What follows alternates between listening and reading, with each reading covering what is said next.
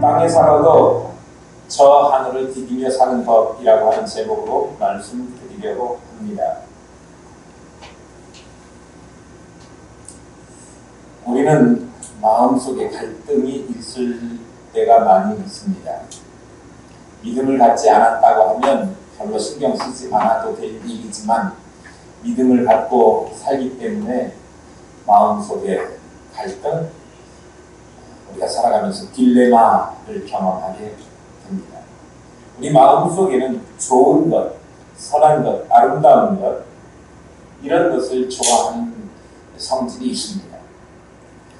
하나님을 닮은, 하나님의 형상을 닮은 우리, 그렇게 지음 받았기 때문에 그래서 좋은 것이 무엇이고 옳은 것이 무엇이라고 하는 것을 어느 정도는 판단할 수 있습니다. 완벽하지는 않지만, 그리고 또한 그렇게 살아야 한다라고 하는 것도 잘 알고 있습니다.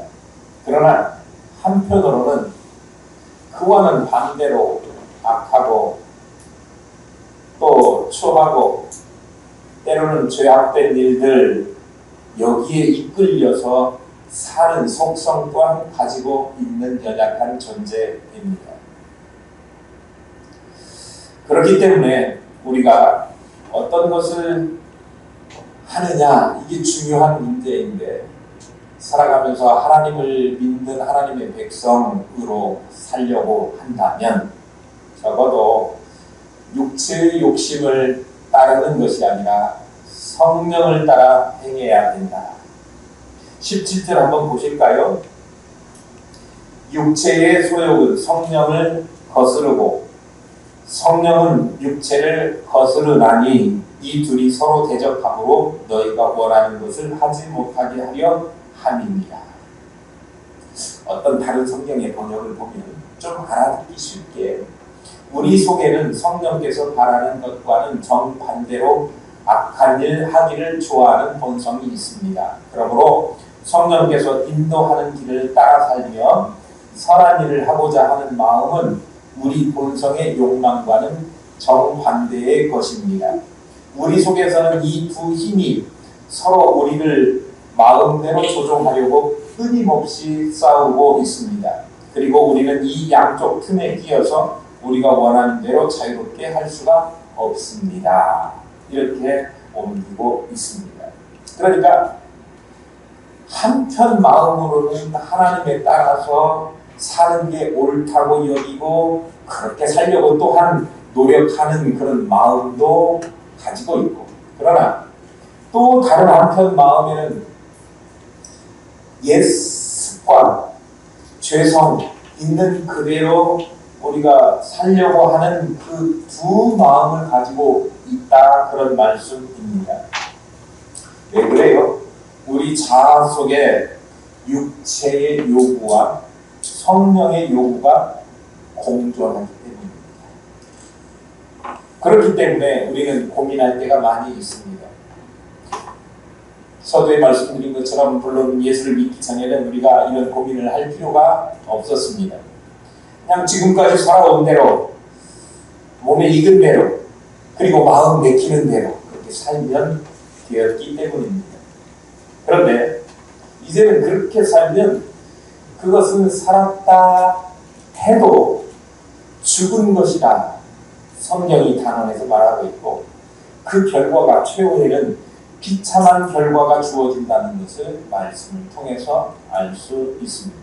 오늘 읽은 본문 21절 끝에도 보면 하나님의 나라를 유업으로 받지 못한다. 무슨 말입니까? 하나님의 나라, 천국에 갈 수 없다, 그런 말씀이에요. 옛날 습관, 생활, 태도, 이것을 벗어버려야 되는데 그래야 하나님의 나라를 유업으로 받을 수 있는 거죠. 그런데 그것을 벗어버리기가 그렇게 쉽지 않다. 보통 힘든 일이 아닙니다. 은혜를 받아가지고 믿음 생활을 새롭게 열심히 하겠다, 이렇게 결심을 단단히 해도, 그런 마음을 먹어도 옛날에 나쁜 습성이 다시금 살아나면서 새롭게 살아보려고 하는 우리의 마음을 괴롭힙니다. 우리가 알고 있죠. 이미 예수를 본받아 살게 되면 성령께서 도와주시고, 그래서 성령의 도우심을 받아 살게 될 경우에 이웃을 사랑하고, 그리고 기쁨과 평화의 삶을 살게 되고, 또 친절과 온유와 인내, 또 진실, 선한 것, 절제, 이런 좋은 열매를 맺고 살게 된다고 하는 것을 우리는 잘 압니다. 그런데 만일에 옛 습성을 벗어버리지 못하고 육체의 욕망, 우리 인간적인 욕구, 이것을 따라 살게 되면 어떻게 된다라고 하는 것을 잘 알면서도 때로는 더러운 생각을 하고, 때로는 육체의 욕망을 따라 살게 되기도 하고, 또 쾌락을 찾게 되고, 또 어떤 경우에는 별로 도움도 안 되고 해서는 안 되는 남을 헐뜯는 일, 질투하는 일, 싸움하게 되는 일, 또 불평, 비판하는 태도를 갖고 살아가게 되는 것. 또 자기 편이 아닌 다른 사람은 다 나쁜 사람으로 여기고 취급하는 것. 내 생각만 옳고 내 생각과 다르면 다른 사람은 잘못된 것, 나쁜 사람으로 여기며 살아가는 것. 이게 배타주의 아닙니까? 흥청망청 먹고 마시면서 또 이런 일에만 몰두하고 아주 작은 사소한 문제들을 가지고도 시기하고 분노하고 그런 일들을 자꾸만 반복해서 하게 된다, 그런 말씀입니다. 그러면 이거는 나쁜 일이구나, 성령의 뜻대로 사는 것이 아니고 육체의 소욕을 따라 사는 일이구나 라고 하는 것을 우리는 명확히 구별할 수 있습니다. 이렇게 잘 알고 있음에 불구하고 우리는 옛 습성, 육체를 따라 사는 것, 이것을 쉽게 버리지 못합니다.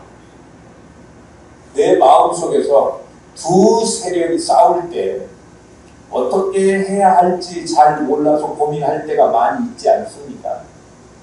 악한 욕망을 버리지 못하고 자꾸만 육신의 쾌락, 육체의 욕구를 따라서 살게 된다고 하면 결국은 하나님 나라에 들어가지 못하는 것은 물론이고 아주 비참한 신세가 되어버릴 것이라고 하는 것을 너무도 잘 알면서 우리는 성령의 인도하심을 받기보다는 오히려 사탄이 지시하는 대로, 시키는 대로, 끌고 가는 대로 육신의 소욕을 따라서 살아가기가 쉽다.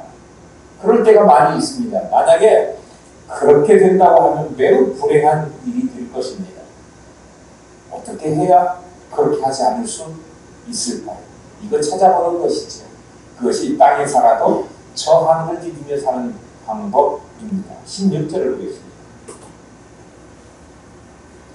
내가 이르노니 너희는 성령을 따라 행하라. 그리하면 육체의 욕심을 이루지 아니하리라. 두 마음이 싸우는데 육체의 소욕을 따라 살지 말고 성령을 따라 행하라, 따라 살라, 그런 말씀입니다. 성령을 따라 행하라. 그러면 육체의 일을 제어할 수 있는 힘이 생긴다, 그런 말씀이에요. 성령 뭡니까? 하나님의 영입니다. Holy Spirit, 거룩한 영이라고 이야기하죠. 하나님의 영, 거룩한 하나님의 영이 이끄시는 대로 사는 삶이라고 하는 것은 하나님의 말씀대로 따라 사는 삶을 의미합니다. 우리가 사사기를 공부한 적이 있죠. 사사기에 보니까 많은 사사들이 나오는데 이스라엘 백성들이 하나님의 뜻을 배반하고 하나님의 뜻대로 살아야 되는 줄 알지만 하나님을 배반하고 죄악에 빠지고, 그래서 하나님이 징계하죠.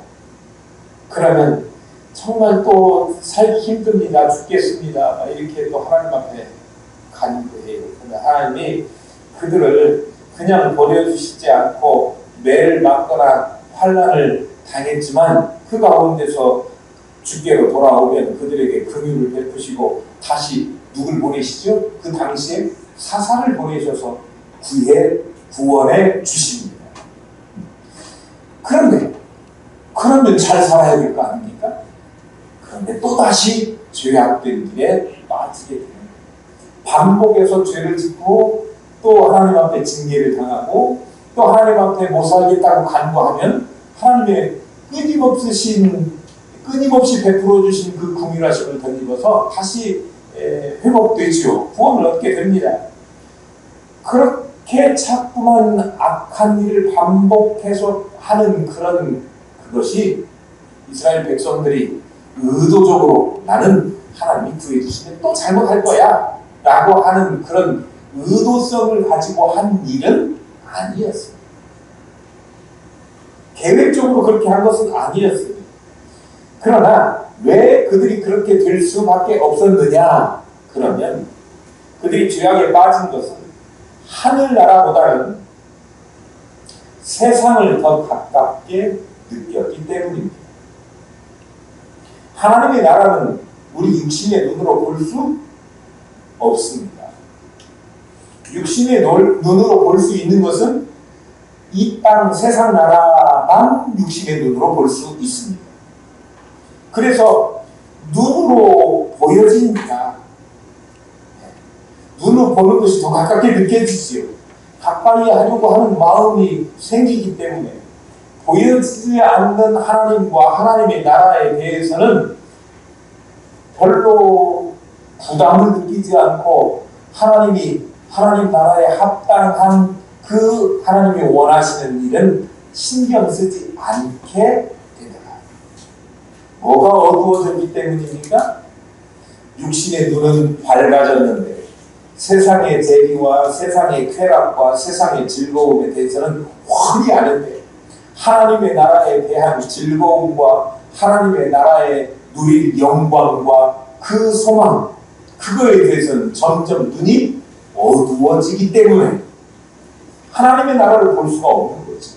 하나님의 나라를 볼 수 없게 되니까 그런 잘못을 범하게 되는 거예요. 하나님의 나라를 볼 수 있어야 하나님 나라를 가까이 할 수 있지. 그리고 하나님 나라를 소망하면서 바라는 믿음이 있어야 하는데 그렇지 못하기 때문에 죄악을 자꾸만 범하게 된다. 하나님 나라에 대한 소망과 믿음의 눈은 점점 더 어두워지고 육신의 눈은 멀쩡하기 때문에 죄악된 세상만 바라보면서 거기에서 기쁨과 소망을 뭔가 이득되는 것을 찾아보려고 한다 그런 거예요. 결국 이스라엘 백성들이 죄에 빠졌던 것은 세상살이에 깊숙이 매몰되었기 때문입니다. 세상 사는데 너무 분주하다 보니 하나님의 말씀을 듣는 것, 하나님의 말씀을 깨닫는 것, 그것을 통해서 하나님의 나라를 소망하고 바라보는 믿음의 눈은 점점 흐려지게 된 거예요. 세상에 대한 욕심만 가득하게 된 거죠. 하나님 나라에 대한 믿음은 점점 부족해지게 되었죠.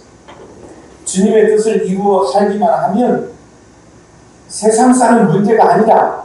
그래서 주님이 뭐라고 말씀하십니까?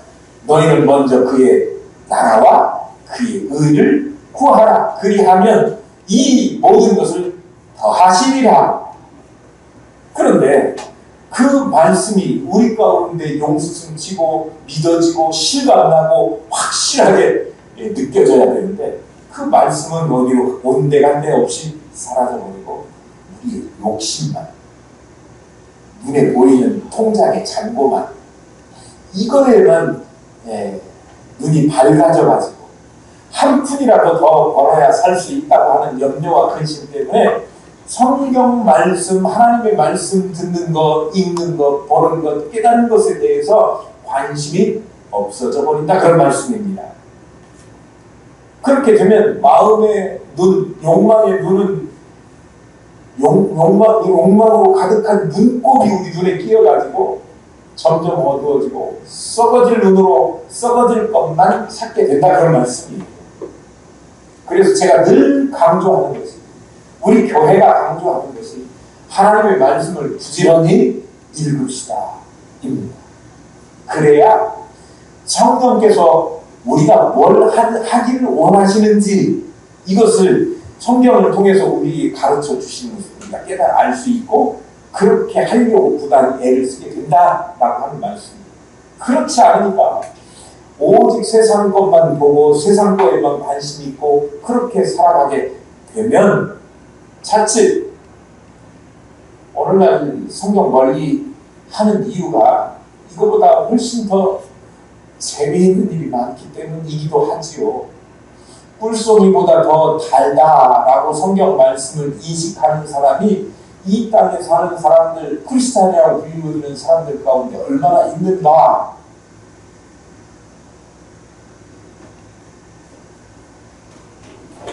순간을 즐거움으로 채우는데 더 적극적으로 살아가는 시대가 되어버렸습니다.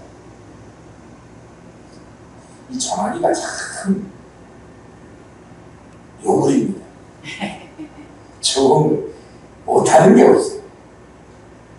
이거 가지고 사진도 찍죠, 전화도 하지, 얼굴 보면서 멀리 있는 미국에 살아도 통화를 할 수 있죠. 세계 어디를 가도. 그리고 이 안에 모든 정보가 있고 은행 업무도 이걸로 보고 별의별 걸 다 하지요. 요즘은 뭐 챗 GPT, 뭐 AI 뭐 그런 기능도 핸드폰을 통해서 쓸 수가 있어서 내가 모르는 것 물어보면 웬만한 건 정확하게 잘 알려주기도 합니다. 그런가 하면 여기에 올라오는 영상들이 무수히 많고 그걸 한번 보기 시작하면 금방 중단하기 어렵습니다. 쇼츠 조금만 봐야지 그랬는데요. 10초, 15초짜리 쇼츠를 계속해서 1시간, 2시간씩 보고 있는 경우도 있습니다. 순간을 해봐야 남는 것도 없는 순간을 위한 재미로 채우기 위한 시간을 거기에 몰두하고 있는 거예요. 뭐 하기보다 하나님의 말씀을 듣는 것보다. 그러면 여기에 쾌락과 욕망과 이런 것만 즐거워하는 눈곱이 띄어서 영원한 세계를 바라보는 안목은 점점 없어지게 된다.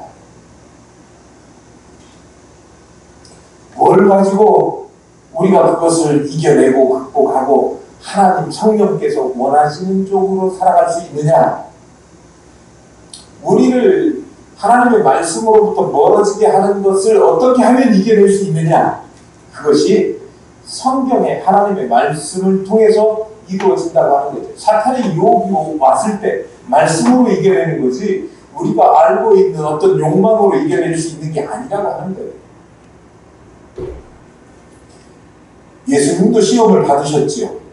사탄이 세상 것을 가지고 예수님에게 다가와가지고 시험 유혹을 했을 때 주님께서는 말씀으로 그 유혹을 당당히 물리치셨습니다.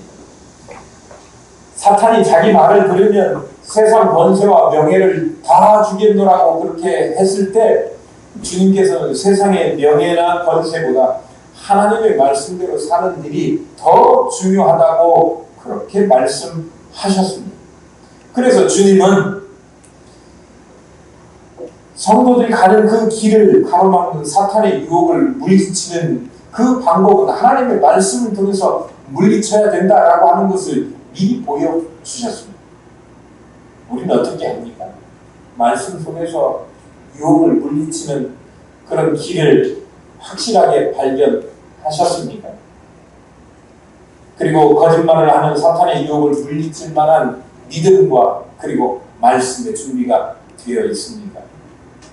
말씀을 통해서 비록 이 땅에 이 세상에 살고 있지만 하나님의 나라 백성으로서 어떻게 살아야 하는가 이것을 확실히 깨닫고 그대로 행해 나가는 저와 여러분 될 수 있기를 소망합니다. 말씀을 읽읍시다. 말씀에서 능력을 받읍시다. 말씀으로 세상을 유혹을 이겨 나가시기를 바랍니다. 두 번째로 24절 말씀을 보겠습니다. 그리스도 예수의 사람들은 육체와 함께 그 정욕과 탐심을 십자가에 못 박았느니라. 우리는 예수를 믿음으로 하나님의 자녀가 된 사람들입니다. 집에서 꿀을 드시고 와가지고 이런 이야기를 하면 동의를 하셔야 될 것 아닙니까? 우리의 동의의 표현은 뭐죠? 네. 다시 하겠습니다. 잘라낼게요. 영상에서 안 한 것처럼. 우리는 예수를 믿음으로 하나님의 자녀가 된 사람들입니다. 아멘. 하나님을 그래서 우리는 뭐라고 부르죠? 아버지. 그냥 아버지, 아버님 이렇게 부르면 좀 거리감이 있잖아요. 저도 처가에 이번 휴가에 잠깐 다녀왔는데 뭐라고 부르냐면 보통 자녀는 이렇게 부르지 않습니까? 그렇게 안 부르면 여자분들이라 잘 모르시는데 뭐라고 부릅니까? 장인어른. 저는 아버지가 아버님도 아니고 그래야 좀 가까운 거예요. 그런데 그 앞에다가 아바, 우리 집으로 옮겨오니까 아바지만 훨씬 더 가까운 아빠 그런 뜻이에요. 아빠, 아버지 이렇게 부르는 거거든요. 하나님을 우리가 그렇게 부를 수 있게 된 하나님께 속한 사람들입니다. 전에 세상에 속하여 살던 우리가 이제는 하나님을 가장 가까이에서 아빠, 아버지라고 친숙하게 그렇게 부르면서 하나님께 속한 그런 사람입니다. 육신의 지배를 받으며 불의의 병기로 살았던 우리가 이제는 성령님께 속하여 의의 병기로 살아가게 되었다는 말씀입니다. 뭐가 바뀌었습니까? 가치관이 완전히 바뀐 사람들입니다. 세상 것에 더 무게중심을 두고 사는 사람이 아니라 하나님 나라의 무게중심을 완전히 옮겨놓고 사는 사람들이라 그런 말씀입니다. 내 속에 예수께서 살아계시는 예수님의 사람이 된 것입니다. 성령의 능력이 함께하는 그런 사람입니다. 그런 의미에서 우리는 이미 새로운 피조물이 된 거예요. 그렇기 때문에 과거에는 육신의 욕망을 따라서 살았다고 한다면 지금까지는 그렇게 살았다 할지라도 이제는 그 모든 욕망을 십자가에 못 박아야 한다 그런 말씀입니다. 그리고 죄의 정욕으로 살려고 하는 날마다 이 속에서 죄악된 것들이 올라올 때마다 이 나를 쳐서 죽여야 하는 거예요. 그래서 사도 바울이 뭐라고 이야기합니까? 나는 날마다 죽노라.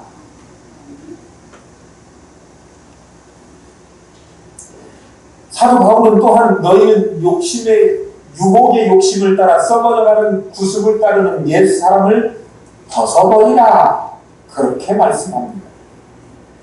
육신의 일들이 과연 어떤 일들일까요? 오늘 본문을 보면서 확인해 보겠습니다. 19, 20, 21절입니다.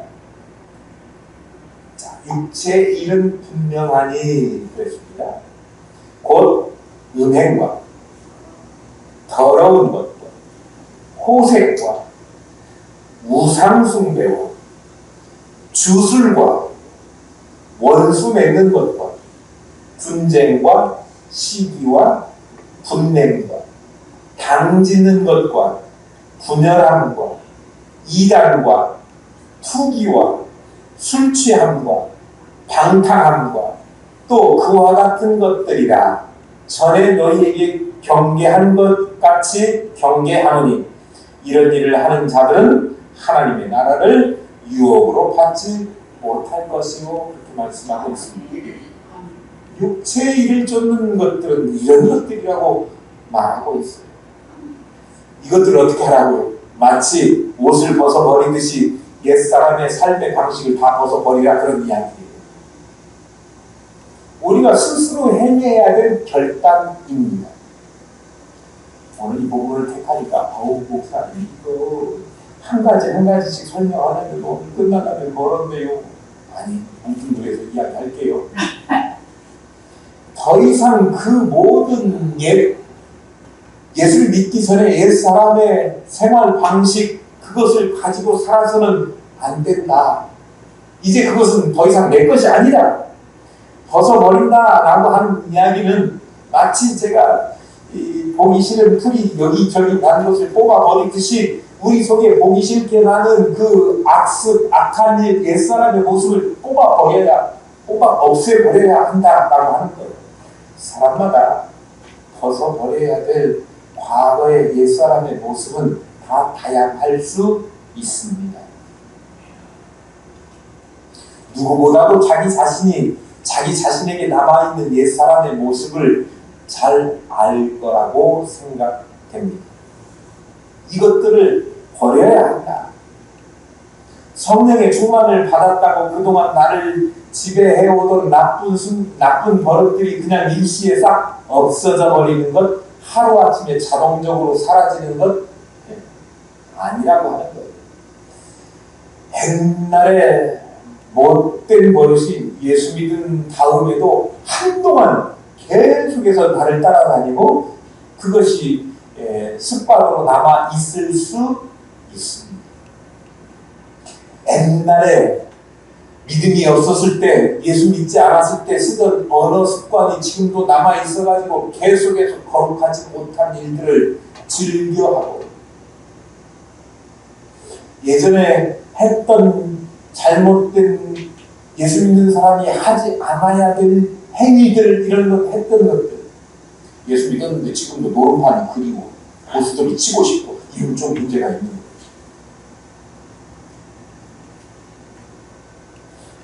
그런데 이런 것들이 하루아침에 자동적으로 거룩한 습관으로 바뀌어지지 않는다라고 하는 거죠. 뭐가 있어야 돼요? 단호한 결단이 있어야 돼요. 그리고 새로운 선택을 해야 돼요. 이제 앞으로는 절대 그런 것은 바라보지도 않겠다. 나는 복 있는 사람이 되었으니 복 있는 사람은 악인의 자리에 앉지도 서지도 않는다. 나는 그거는 보지도 않겠다. 악은 모양이라도 버리겠다. 이런 결심과 각오가 있어야 한다고 하는 거예요. 그리고 새로운 선택을 해야 합니다. 하나님의 뜻을, 하나님 나라의 시민답게 행하는 것을 선택하고 그렇게 살아야 합니다. 이 결단이 매우 중요해서 예수님께서는 마태복음 5장 30절에 뭐라고 말씀하시냐 그러면, 만약에 그대로 이거 또 내 오른손이 너로 죄를 짓게 하거든 그것을 찍어서 내버려. 무슨 얘기예요? 신체의 일부를 잃어버리는 것이 온 몸이 지옥에 던져지는 것보다 나으니 이것을 찍어내는 결단을 하듯이 죄악을 단호하게 찍어내버려라 라고 하는 거예요. 이런 결단 없으면 무너진다라고 하는 거죠. 정말 예수 믿기로 그렇게 작정하셨습니다. 그러면 예수의 사람답게 해가면서 살기로 각오하십시오. 비록 땅을 못하며 살지만 저 하늘을 디디며 사는 방법, 또 하나는 하늘의 소망과 가치를 둔 믿음의 삶을 사는 것입니다. 그것은 무엇으로 나타나느냐? 그러면 아름다운 열매를 맺게 되는 것으로 나타납니다. 예수를 믿는다고 하면서 자기 육체의 소욕을 따라서 사는 것에 혈안이 되어서 사는 사람이 하나님의 나라를 유혹으로 받을 수 없다, 그렇게 말씀드렸습니다. 제 말이 아니라 오늘 본문의 말씀이지요. 하나님의 나라를 유혹으로 받고자 한다면 그 하나님의 나라를 유혹으로 받고자 하는 소망과 그리고 그 믿음을 가져야 되는데, 그 믿음을 가진 사람은 당연히 육체의 소욕을 따라 사는 사람이 아니라 육체가 이끄는 대로, 육체적 욕망과 쾌락을 향해서 달려가는 그런 삶이 아니라 성령이 인도해 주시는 삶을 사는 것이다. 그 성령의 인도하심을 따라 사는 것입니다. 성령의 인도하심을 따라 사는 삶은 반드시 성령의 열매를 맺게 되어 있습니다. 성령의 열매가 무엇입니까? 우리가 잘 알고 있는 말씀이지요. 22절, 23절 말씀입니다. 오직 성령의 열매. 우리 같이 한번 읽어볼까요? 22절, 23절. 시작. 오직 성령의 열매는 사랑과 희락과 화평과 오래 참음과 자비와 양선과 충성과 온유와 절제니 이 같은 것을 금지할 법이 없느니라. 성령의 인도하심을 받아서 살아가는 성도들에게 나타나는 열매, 이것이 성령의 열매지요. 사의와 오자 양충 온절, 이 모두는 동물적인 본능에 의해서 살아가는 사람들에게 있어서는 절대 나타나지 않는 것들입니다. 동물적인 본능으로 살아간다고 하면 이런 것이 나타날 수 없어요. 오직 성령의 인도하심을 따라서 사는 사람이라야 이 거룩한 행위들을, 거룩한 열매들을 맺으면서 살아갈 수 있게 되는 것이죠. 곧 하나님의 백성다운 삶을 살아가게 되는 거죠. 뒤에 이 같은 것을 금지할 법이 없느니라 그렇게 써있지요. 무슨 말씀일까요?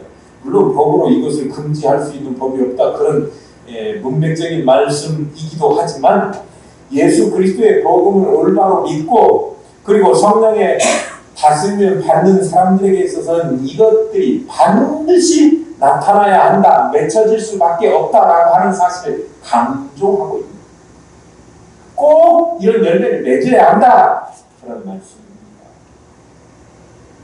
죄에 낡고 더러워진 옷을 벗어버리고 참된 의로움과 거룩함으로 지으심을 받은 우리 아닙니까? 새 사람을 입었으면 그에 걸맞는 삶의 열매를 맺어야 합니다. 열매는 누가 맺어야 할까요? 우리가 맺어야 할 일입니다. 우리가 스스로 선택해야 될 삶의 모습입니다.